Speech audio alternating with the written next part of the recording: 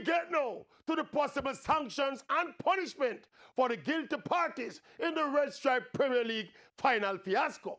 We hear people talking about $2 million fine and relegation to the Super League for Waterhouse and banning Waterhouse players from national selection and blah, blah, blah. But yo, make we keep it real.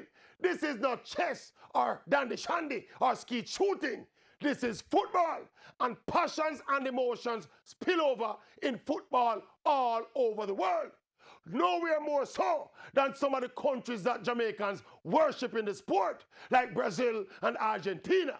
So make we apply some context and common sense to the situation. This was the Premier League final, the biggest game in local football. Waterhouse on the verge of losing their second final in a row.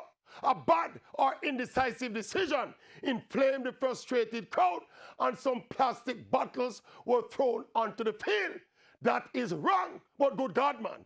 This is not a relegation to the Super League or a $2 million fine offense. We should consider docking Firehouse 5 or 6 points, a couple of $100,000 fine, and probably put the fans on some probation.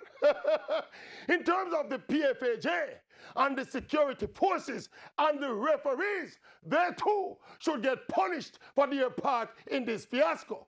But make we keep it real. Again, this is Jamaica. Those people will all walk away scotch free. Yes. You ever try the scotch free walk? Yeah, man, they will walk away like this. Scotch free.